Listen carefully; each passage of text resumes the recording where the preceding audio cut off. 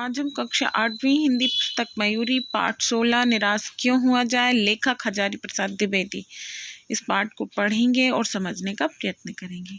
इस निबंध में उन्होंने हमें आशावादी होने का संदेश देते हुए कहा है कि अगर हमारे समाज में कुछ दोष आ गए हैं लेकिन इसमें इतना अधिक निराश होने की आवश्यकता नहीं है, क्योंकि बुराई के साथ साथ समाज में कहीं ना कहीं अच्छाई भी विद्यमान है।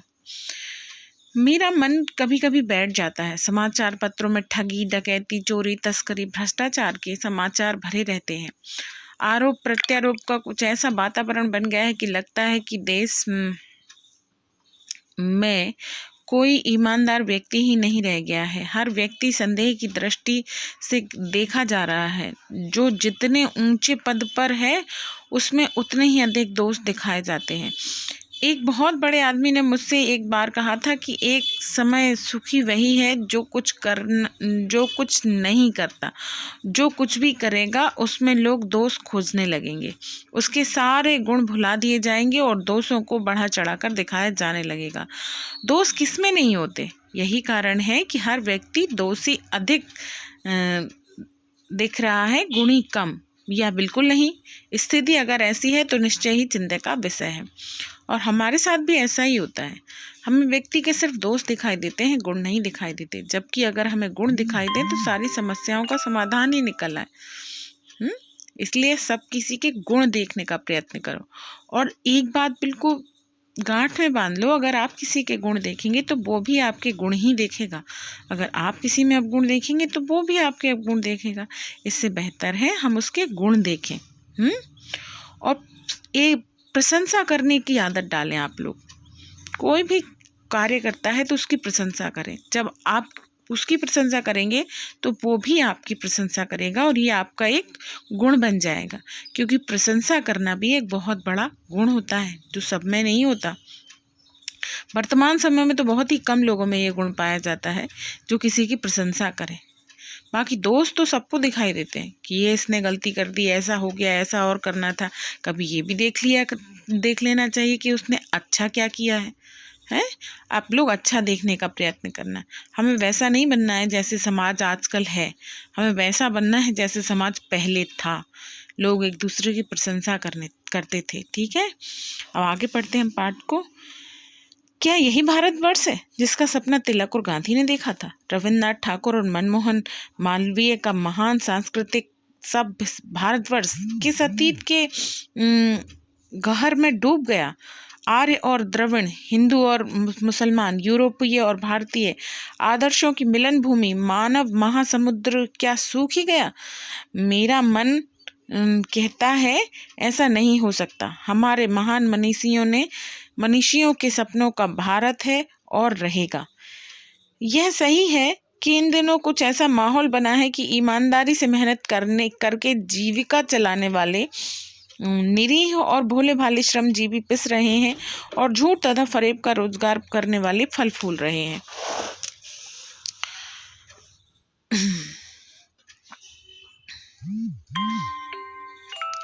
ईमानदारी और मूर्खता का पर्याय समझा जाने लगा है। सच्चाई केवल भीरू और बेबस लोगों के हिस्से में है। ऐसी स्थिति में जीवन के महान मूल्यों के बारे में लोगों की आस्था ही हिलने लगी है।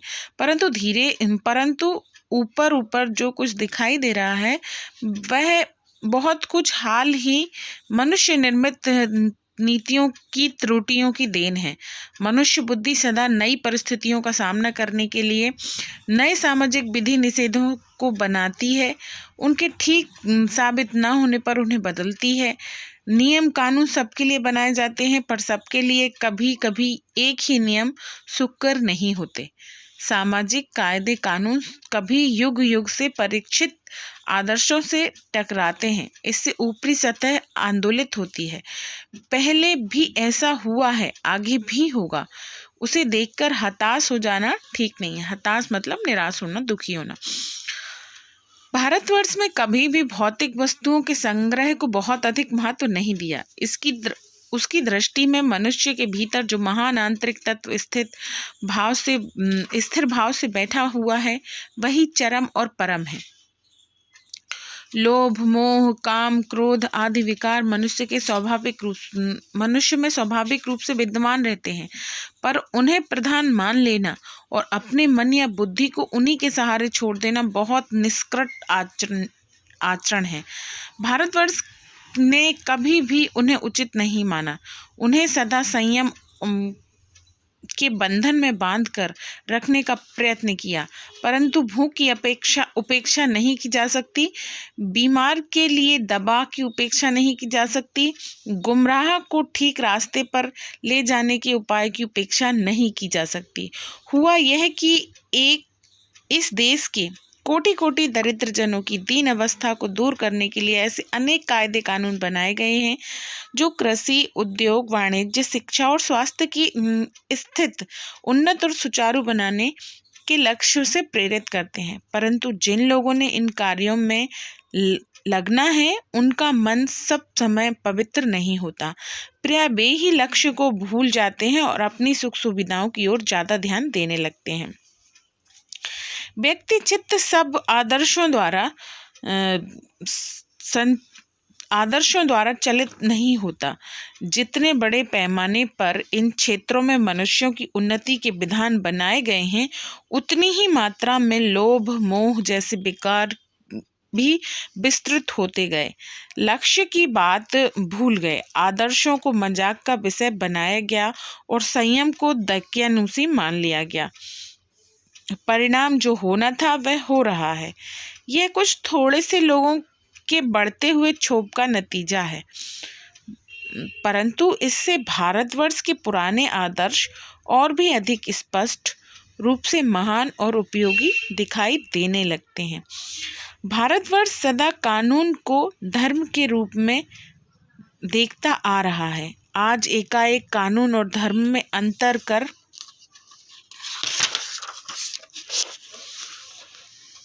दिया गया है। धर्म को धोखा नहीं दिया जा सकता, कानून को दिया जा सकता है। यही कारण है कि जो लोग धर्मभीरू हैं वे कानून की त्रुटियों से लाभ उठाने में संकोच नहीं करते। इस बात के पर्याप्त प्रमाण खोजे जा सकते हैं कि समाज के ऊपरी वर्ग में चाहे जो भी होता रहा हो, भीतर भारतवर्ष अब भी यह अनुभव कर रहा है कि धर्म कानून से बड़ी चीज है। अब भी सेवा, ईमानदारी, सच्चाई और आध्यात्मिकता के मूल्य बने हुए हैं। वे दब अवश्य गए हैं लेकिन नष्ट नहीं हुए हैं। आज भी वह मनुष्य से प्रेम करता है, महिलाओं का सम्मान करता है, झूठ और चोरी को गलत समझता है, दूसरे को पीड़ा पहुंचाने को पाप समझता है। हर आदमी अपने व्यक्तिगत जीवन में इस बात का अनुभव करता है। समाचार पत्रों में जो भ्रष्टाचार के प्रति इतना आक्रोश है वह यही साबित करता है कि हम ऐसी चीज़ों को गलत समझते हैं और समाज में उन तत्वों की प्रतिष्ठा कम करना चाहते हैं जो गलत तरीके से धन या मान का संग्रह करते हैं। दोषों का पर्दाफाश करना बुरी बात नहीं है। बुराई यह मालूम होती है कि किसी के आचरण के गलत पक्ष को उद्घाटित करके उसमें रस लिया जाए। मतलब किसी की बुराई, अगर किसी में कोई बुराई है तो उसको दिखाना बुरी बात नहीं है, पर सिर्फ बुराई को ही दिखाना और उसमें हमें प्रसन्नता मिलना ये गलत है। और दोषोद्घाटन को एकमात्र कर्तव्य मान लिया जाता है। बुराई में रस लेना बुरी बात है, अच्छाई में उतना रस लेकर उजागर ना करना और भी बुरी बात है। अगर हम किसी की बुराई करते हैं तो वो तो बुरा है ही, पर अगर हम किसी की अच्छाई नहीं करते हैं तो वो और भी ज्यादा बुरा है, बुरी बात है। सैकड़ों घटनाएं ऐसी घटती हैं जिन्हें उजागर करने में लोग चित्त में अच्छाई के प्रति अच्छी भावना जगती हैं। एक बार एक रेलवे स्टेशन पर टिकट लेते हुए गलती से मैंने 10 की बजाय 100 रुपए का नोट दे दिया और मैं जल्दी गाड़ी में जाकर बैठ गया। थोड़ी देर बाद टिकट बाबू उन दिनों के सेकंड क्लास के डिब्बे में हर आदमी का चेहरा पहचानता हुआ उपस्थित हुआ, मतलब सामने आ गया। उसने मुझे पहचान लिया और बड़ी विनम्रता के साथ मेरे हाथ में 90 रुपए रख दिए और बोला, ये बहुत बड़ी गलती हो गई थी, आपने भी नहीं देखा और मैंने भी नहीं देखा। उसके चेहरे पर विचित्र संतोष की गरिमा थी। मैं चकित रह गया।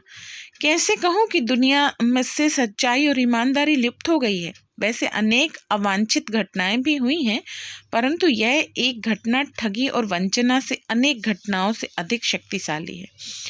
एक बार मैं बस में यात्रा कर रहा था। मेरे साथ मेरी पत्नी और 3 बच्चे भी थे। बस में कुछ खराबी थी, रुक रुक कर चलती थी। गंतव्य से कोई 8 किलोमीटर पहले, गंतव्य का मतलब होता है जहाँ लेखक पहुँचना चाहता है उस जगह से कोई 8 किलोमीटर पहले एक निर्जन सुनसान स्थान में बस ने जवाब दे दिया। रात के कोई 10 बजे होंगे। बस में यात्री घबरा गए। कंडक्टर ऊपर आया और एक साइकिल लेकर चलता बना। लोगों को संदेह हो गया कि हमें धोखा दिया जा रहा है। बस में बैठे बैठे यात्रियों ने तरह तरह की बातें शुरू कर दी। किसी ने कहा यहाँ डकैती होती है। 2 दिन पहले इसी तरह एक बस को लूट लिया गया था। परिवार सहित मैं अकेला था। बच्चे पानी पानी चिल्ला रहे थे। पानी का कहीं ठिकाना ना था। ऊपर से आदमियों का डर समा गया था। कुछ नौजवानों ने ड्राइवर को पकड़कर मारपीट करने का हिसाब बनाया। ड्राइवर के चेहरे पर हवाइयाँ उड़ने लगीं। लोगों ने उसे पकड़ लिया। वह बड़े कतार ढंग से मेरी ओर देखने लगा और बोला, हम लोग बस का कोई उपाय कर रहे हैं, बचाइए, ये लोग मारेंगे। डर तो मेरे मन में भी था, पर उसकी कतार मतलब होता है दुखी, देखकर मैंने यात्रियों को समझाया कि मारना ठीक नहीं है, परंतु यात्री इतने घबरा गए कि मेरी बात सुनने को तैयार नहीं हुए। कहने लगे, इसकी बातों में मत आइए, धोखा दे रहा है। कंडक्टर को पहले ही डाकुओं के यहाँ भेज दिया है। मैं भी भयभीत था, पर ड्राइवर को किसी तरह मारपीट से बचाया। मेरे बच्चे भोजन और पानी के लिए व्याकुल थे। मेरी और पत्नी की हालत बुरी थी। लोगों ने ड्राइवर को मारा तो नहीं, पर उसे बस से उतार कर एक जगह घेर कर रखा। कोई भी दुर्घटना होती तो ड्राइवर को समाप्त कर देना उन्हें उचित जान पड़ा। मेरे गिड़गिड़ाने का कोई विशेष असर नहीं हुआ। इसी समय क्या देखता हूँ कि एक खाली बस चली आ रही है और उस पर हमारा बस कंडक्टर भी बैठा हुआ है। उसने आते ही कहा, अड्डे से नई बस लाया हूँ, इस बस में बैठिए। वह बस चलने लायक नहीं है। फिर मेरे पास एक लोटे में पानी और थोड़ा सा दूध लेकर आया और बोला, पंडित जी, बच्चों का रोना मुझसे नहीं देखा गया। वहीं दूध मिल गया, थोड़ा लेता आया। यात्रियों में फिर जान आई। सबने उसे धन्यवाद दिया, ड्राइवर से माफ़ी मांगी और 12 बजे से पहले सब लोग बस अड्डे पहुंच गए। कैसे कहूँ कि मनुष्यता एकदम समाप्त हो गई है। कैसे कहूँ कि लोगों में दया ममता रह नहीं गई है। जीवन में जाने कितनी ऐसी घटनाएं हुई जिन्हें मैं भूल नहीं सकता। ठगा भी गया हूँ, धोखा भी खाया है, परंतु बहुत कम स्थलों पर विश्वासघात नाम की चीज़ मिलती है। केवल उन्हीं बातों का हिसाब रखो जिनमें धोखा खाया है तो जीवन कष्टकर हो जाएगा। मतलब सिर्फ वही बातें याद रखना जिनमें हमारे संग गलत हुआ है तो ये गलत है। कभी अच्छी बातें भी याद रखो। परंतु ऐसी घटनाएं भी कम होती हैं जब लोगों ने अकारण ही सहायता की, निराश मन को ढाढ़स दिया और हिम्मत बंधाई। कविवर रविंद्रनाथ ठाकुर ने अपने प्रार्थना गीत में भगवान से प्रार्थना की थी कि संसार में केवल नुकसान ही उठाना पड़े, धोखा ही खाना पड़े, तो ऐसे अवसरों पर हे प्रभु मुझे ऐसी शक्ति दो कि मैं तुम्हारे ऊपर संदेह ना करूं। ईश्वर पर संदेह नहीं करना चाहते रविंद्रनाथ ठाकुर। मनुष्य की बनाई विधियां गलत नतीजे तक पहुंच रही हैं, तो इन्हें बदलना होगा। वस्तुतः आए दिन इन्हें बदला जा रहा है, लेकिन अब भी आशा की ज्योति बुझी नहीं है। महान भारतवर्ष को पाने की संभावना बनी हुई है, बनी रहेगी। मेरे मन निराश होने की आवश्यकता नहीं है। लेखक कह रहे हैं हजारी प्रसाद द्विवेदी कि हाँ, समाज में बुराइयां हैं और चारों तरफ बुराइयां हैं, पर सिर्फ बुराइयां ही ये गलत है। बुराइयों के साथ अच्छाइयाँ भी हैं, तो निराश होने की ज़रूरत नहीं है कि हम गलत रास्ते पर जा रहे हैं। हाँ, कुछ रास्ते गलत हो सकते हैं, पर हम सही रास्ते पर जा रहे हैं और आगे हम उन्नति करेंगे। निराश होने की कोई आवश्यकता नहीं है। Okay, bye, take care.